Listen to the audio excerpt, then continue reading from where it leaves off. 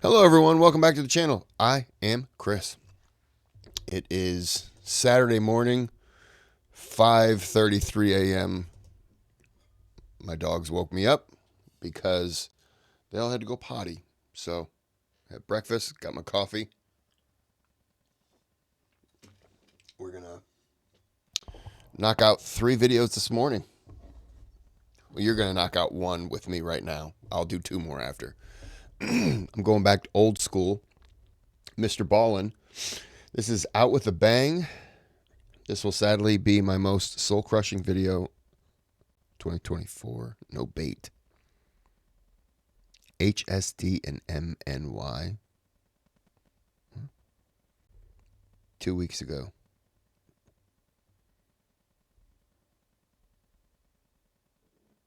Merry New Year.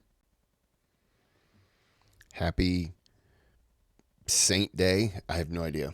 Before we get started, you click that thumbs up and subscribe to my channel completely free. Helps me out tremendously. You can donate through the thanks button. Click on that, donate, and then request a video, and your name sponsors that video. You can still request without donating. It just takes a little bit more time because I get a lot of donations to go through. Excuse me. I've seen this clip for some reason. Not this clip, but I've seen this picture. I think this woman disappeared or she died. I don't remember now. Anyways, let's get into the video. Today, I'm going to share 3 progressively more disturbing stories, and at the end of each of them, I will share the photo that is famously associated with that story. But before we get into those stories, if you're a fan of the strange, dark, and mysterious delivered in story format, then you've come to the right place because that's all we do, and we upload once a week. So if that's of interest to you, please replace all of the like button's toilet paper with duct tape. Also, please subscribe to our channel and turn on all notifications so you don't miss any of our weekly uploads. Okay, let's get into today's stories.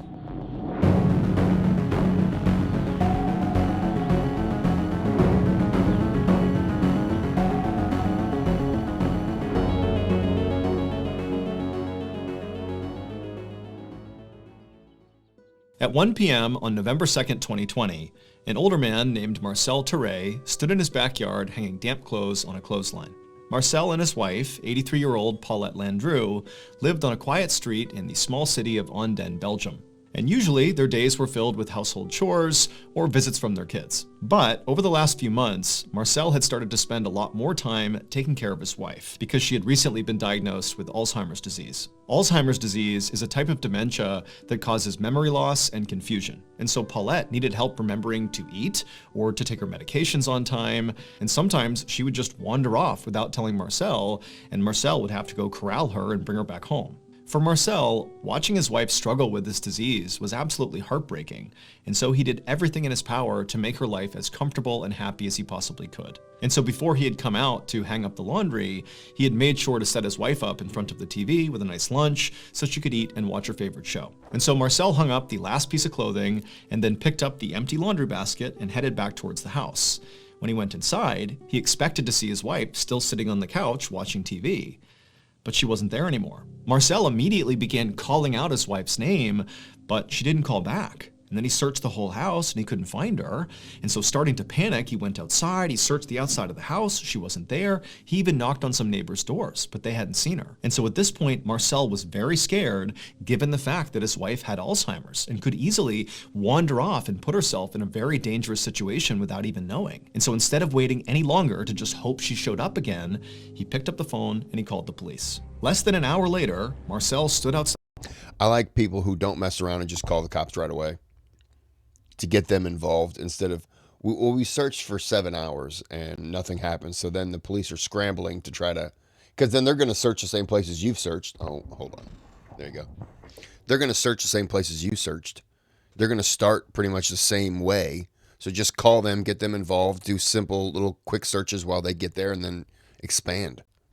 Of his house, my opinion, looking at helicopters flying overhead, and he knew at least half a dozen officers were spread out around the neighborhood, knocking on neighbors' doors. There were canine units searching the surrounding area. This huge search, it was all for Paulette. Marcel was glad to see that clearly the police had taken the search very seriously, and so he was confident that they would find his wife and that hopefully she'd be okay. But the hours kept ticking by, and as the sun began to go down, there still was no sign of Paulette.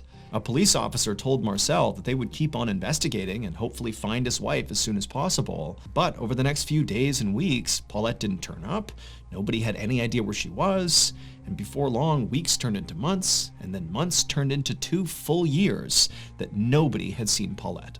And by that point, Marcel had basically resigned himself to the fact that he very likely would die without ever figuring out what happened to his wife. But then, one day in early October of 2022, so 2 years after Paulette went missing, one of Marcel and Paulette's neighbors was at home on their computer looking at a particular website. And as they were scrolling through this website, they happened upon an image that as soon as they saw it, they froze. Because this neighbor was very well aware of the fact that Paulette had gone missing and nobody had found her.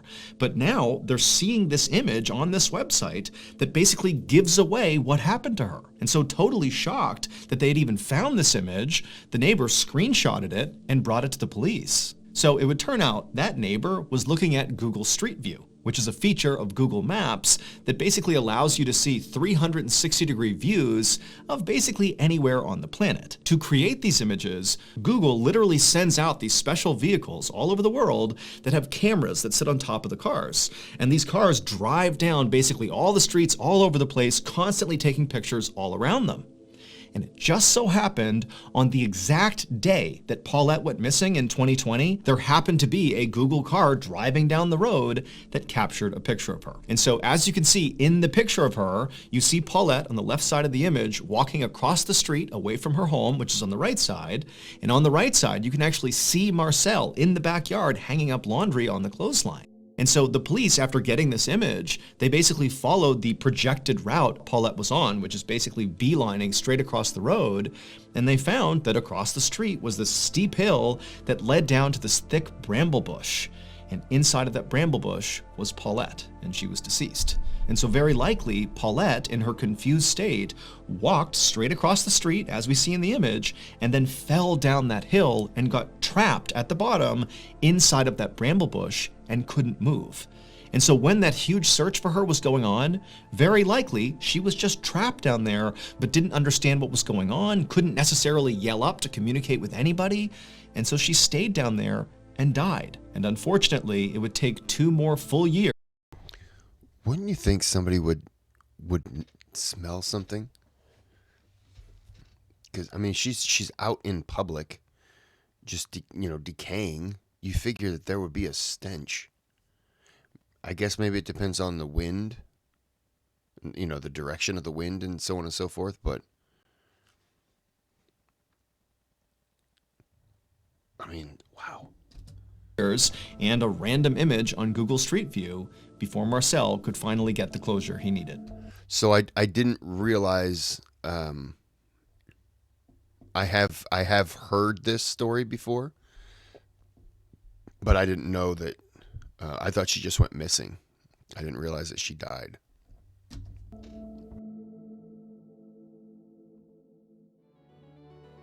Thank you to BetterHelp for sponsoring today's video. I've talked a lot about how therapy really helped me when I left the military in 2017. Consider myself the most important thing I did and how it affected me. And so that therapy for any such as started up with it's therapy really better. You think you better, okay?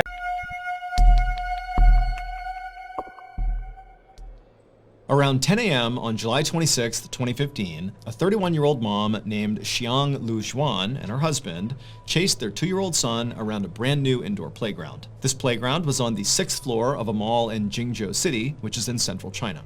And so Xiang and her husband had come to this mall today just so their son could basically enjoy this playground. And currently he was running around in circles and laughing hysterically. He thought it was great. Xiang caught up to her son and scooped him up and then placed him at the top of a slide. And he happily slid down to the bottom, and when he reached the bottom, Xiang was waiting for him, and the son, he just stopped and looked past her and pointed and started saying, "Ride, ride." And so Jiang, she turned around and she saw right behind them were these two escalators, one going up and one going down. And so Jiang realized her son clearly thought these escalators were maybe a part of this playground, and so he wanted to go use them. They were a fun attraction. And so Jiang smiled and took her son's hand and then told her husband they're going to go ride the ride, the escalators, and then they began walking over. Once Jiang and her son actually reached the escalator, suddenly her son was not as keen to hop on board. He was nervous. But Jiang, who had ridden escalators many times before, told her son it's totally safe, and she kind of coaxed him to do it, and eventually he stepped on right alongside her, holding her hand, and about halfway up the escalator, when she was confident her son would be okay, Jiang turned around and looked up towards the top of the escalator, the 7th floor where they were going. And she saw 3 mall employees at the top of the escalator on the 7th floor where they were going. And they were clearly looking at Jiang with a very serious look on their faces, and they were gesturing at something towards the top of the escalator. It seemed like they could be warning her about something or simply pointing something out. She wasn't really sure. And so she looked up at them like, what's going on here? But the 3 mall employees just didn't do a good job communicating whatever was going on or whatever issue they were dealing with. And so as a result, Jiang and her son just continued riding up the escalator, and as they got closer and closer, these mall employees continued to gesture at something happening on the 7th floor just beyond the escalator, and Jiang still totally confused. And then finally, when Jiang and her son reached the top and stepped off, Jiang suddenly understood what these employees were referencing, but by now, it was too late. Moments later, Jiang's husband, who was still down below on the 6th floor at the playground, he heard the sound of his wife and son screaming over near the escalator. And so instinctively, he bolted over to the escalator. He didn't see his wife, didn't see his son, and he began going up the escalator when someone at the top screamed at him to stop and get off the escalator. And so he did, and right then, a mall employee came running down the other side carrying his son, and this person handed the son over to Jiang's husband. And this employee, who clearly was completely shocked by whatever had happened up above, just shook their head. It would turn out, earlier that day, those mall employees who were at the top gesturing to Jiang, they had discovered a defect with the metal platform that sits right at the top of the escalator on the 7th floor. Basically, when you get off this escalator, it's the platform you step onto first. They had found there was something wrong with it. It wasn't stable. But instead of immediately blocking off the escalator to make sure nobody walked on it and then go get it repaired, these employees just kind of nonchalantly allowed the escalator to continue, stationed a couple of them at the top to make sure nobody, used the escalator, and then called for a repairman. But the repairman hadn't shown up and fixed this problem by the time Jiang and her son boarded the escalator. And these employees at the top knew there's this huge issue with the platform they're going to step on the second they get off, but they failed to communicate the danger to Jiang and her son as they were coming up. They just kind of broadly gesticulated that there was some issue up here and to sort of watch out for it, but Jiang had no idea. And so by the time she got to the top and stepped off the escalator onto that platform, well, the defect with the platform is that it caved in with any weight. And so she fell into the escalator, where the teeth of the escalator was rotating, and as she was getting pulled in to her death, her final moment captured on video as she took her son and thrusted him to the employees, saving his life before she disappeared and died inside the inner workings of the escalator. Following Jiang's death, there was a full-scale investigation, and quickly there were massive safety failures identified on the part of the company who made the escalator and also on the mall itself. 2 people were ultimately arrested in connection with Jiang's death and these safety failures, and the mall reportedly offered to pay some settlement to Jiang's family. However, the details of that settlement have not been made public. Yeah. The people at the top, you got to do a better job than that.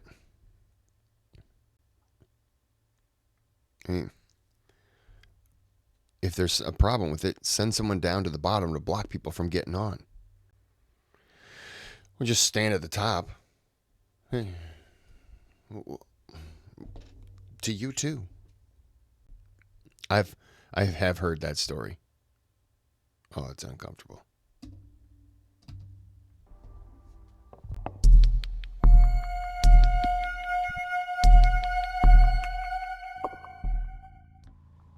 One morning in November of 1997, a police captain named Jeffrey Lewis, along with his partner, parked their squad car near the Manatee River in Bradenton, Florida, which is a small city just south of Tampa. A few minutes earlier, the Bradenton Police Department had received a call from this frantic man who had said he had found something suspicious that had washed up on the shore of this river. And so Captain Lewis and his partner were there to investigate. And so as soon as they got out of their squad car, this man who had called the police, he saw them and waved them down, and he was pointing at something in the sand. And so Captain Lewis and his partner, they walked over, and before they even talked to this guy, they just looked down at what he was pointing at, and right away they could see why he called the police. Because there, sitting on the sand, was a severed human hand. And so the instant Captain Lewis saw this, his first thought was actually just alligators, because there were alligators that swam in the Manatee River, and people were told about them and were told, not to go swimming here, but people still did. And so his thought was, well, maybe one of the alligators got a swimmer. However, when Captain Lewis looked at the hand more closely, he could tell right away that that probably did not happen, because where the hand had been cut off from the body, the cut was almost surgical. It was very, very neat. Whereas if an alligator had ripped the hand off, it would be rough.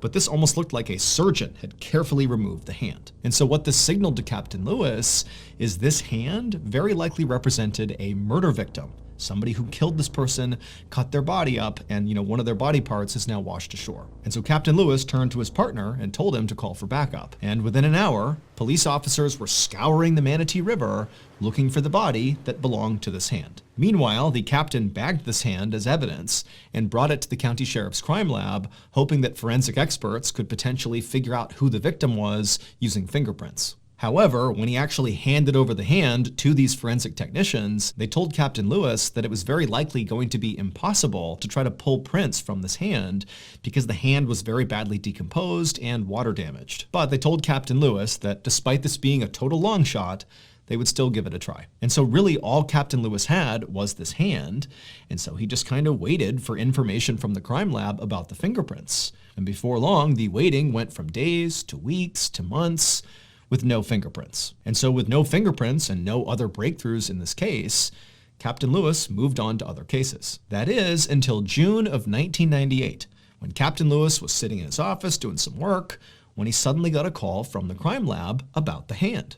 An employee told Captain Lewis they had finally made a breakthrough. When they couldn't get the prints off this hand at first, they had moved to this very complicated technique where basically they would peel individual layers of skin off the hand and sort of piece together all the information to get a print. And amazingly, this technique worked. And so not only did they now have this print, but they had also already run this print through the Florida State database, and they had gotten a match. The hand belonged to a man named Willie Suttle. As soon as he hung up, Captain Lewis opened up a new tab on his computer and began researching Willie Suttle to figure out who this person was. And he quickly found through public employment records that Willie had been a retired garbage collector, and then also Captain Lewis looked at police records and discovered that Willie had a minor criminal history. But what really stood out in his research about Willie was that Willie had never been reported missing. Willie had instead been reported dead. Right there in the public records that Captain Lewis was looking at, he found Willie's death certificate. And this document said Willie had died of natural causes 5 months prior to his hand washing up on shore. And also it said Willie had been buried in a local cemetery, and no police had ever been involved in his death because no crime had been committed. And so Captain Lewis was baffled. None of this made any sense. If Willie had died of natural causes and been buried over a year ago, then how did his hand, his severed hand, wind up on the shore of the Manatee River? The next day, which was Friday, June 26th, Captain Lewis, along with a few other police officers, went to the cemetery where Willie had been buried, and they exhumed his casket. And when they opened it up, they actually expected it to be empty, considering his hand was already missing, so probably his whole body was gone. But no, when they opened it up, there was Willie, missing his left hand. But that wasn't all. At the bottom of Willie's casket were all of his internal organs, just sitting there in a rotting pile. And so Captain Lewis is staring at this, having no idea what to make of it. But the first thought he had was, okay, maybe somebody tried to rob Willie's casket. But he's thinking, if they did that, why did they cut out his organs and stash them at the bottom of the casket? And also, why did they remove his left hand and chuck it in the river? Like, that doesn't make any sense. It felt like every clue Captain Lewis found was only making this case harder to solve. But he hoped when he sent off Willie's body to the county medical examiner that they would be able to provide him with some more answers as to what happened here. Later that afternoon, the county medical examiner would perform an autopsy on Willie's body. And the first thing he noticed when he began was that despite the fact that Willie's organs clearly had been removed, that Willie's abdomen did not appear sunken in. It appeared full. So the medical examiner started the autopsy by cutting open Willie's abdomen to see what was in there. And when he saw what was inside of Willie, he just froze, having no idea how to react to what he was looking at. He had never seen anything like this in his entire career, not even close. And so the medical examiner just grabbed a camera, took some pictures of Willie's midsection, and sent those pictures to Captain Lewis. The next day, Captain Lewis sat inside of an interview room in the police station across from a 45-year-old woman named Paula Green Albritton. Paula owned and operated a funeral home along with the help of her son, and she had been the one responsible for Willie Suttle's burial. And so Captain Lewis asked Paula about Willie's burial, and she would tell him that Willie had actually died in poverty, without any family members to help cover his burial expenses. However, when Paula had found out about this, she said she had agreed to do the burial anyways, for no cost, as sort of a community service. However, when Captain Lewis poked and prodded and tried to ask for more information about exactly what that meant, Paula would eventually concede that there actually was slightly more to her rationale behind wanting to do Willie's burial. It was not just for charity. 2 days after this interview, police arrested both Paula and her son. And at Paula's trial, the truth surrounding what happened to Willie finally came out. It would turn out Paula's funeral home business was really struggling, to the point where if she couldn't start generating some real money, her business might go under. And she couldn't have that. And so Paula decided she would conduct a prosperity ritual to right her business. But to perform this prosperity ritual, Paula needed a body. And so along comes Willie Suttle, who's died in poverty and his family can't afford his funeral. And Paula says, "Don't worry, I'll take him on for free." But really what she needed was Willie's body. And once Paula and her son had possession of Willie's body, they began the ritual, which started with Paula's son carefully cutting off Willie's left hand. And then the two of them cut Willie's midsection open, removed all his internal organs. And then Paula got out all these voodoo dolls, and she wrote on pieces of paper the names of the other funeral homes, her competitors in the area, and she pinned these pieces of paper to each of these voodoo dolls. And then she took those voodoo dolls and jammed them inside of Willie's abdomen in the empty cavity they had created, and then they stitched him back up. And then she took Willie's body and his organs, and she chucked them into a cheap casket and had him buried. And then she also took the hand that her son had removed, she put it inside of a plastic bag, added some weight to it, and chucked it into the Manatee River. Paula believed this voodoo ritual would literally cause the owners of the other funeral homes, whose businesses she wrote down on the dolls and jammed inside of Willie's body, that this ritual would literally cause all of them to be struck down and killed, putting their businesses out of business, thereby leading to her business prospering once again. However, none of these things came to fruition. The ritual did not work the way Paula intended it to. Instead, the hand that she had thrown into the river ultimately washed ashore, and before long, the police figured out what Paula and her son had done. In 1999, so 2 years after Willie's hand had washed up on shore, Paula and her son were found guilty of desecrating Willie's corpse. Paula's son ultimately served 1 year in prison.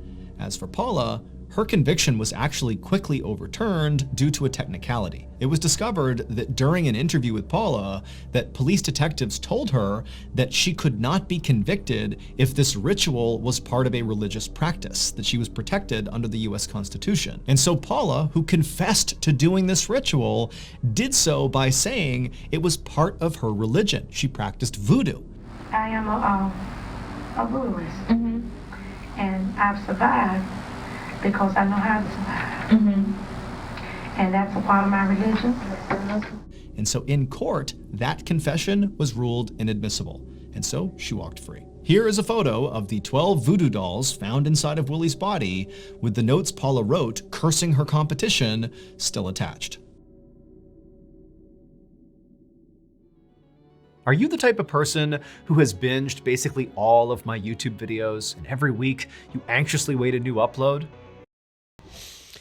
Wow.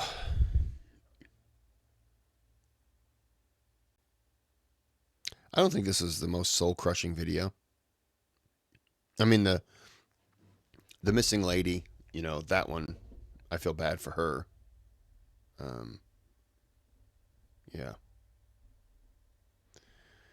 I mean, that one is not good. This third one wasn't really soul-crushing. It just was annoying. Okay. Well, hope you enjoyed Mrballen. We're going to end it here. Till next time, have a good day, have a good night. And don't open a mortuary burial and fill voodoo dolls inside bodies. Don't do that. Don't be a scumbag.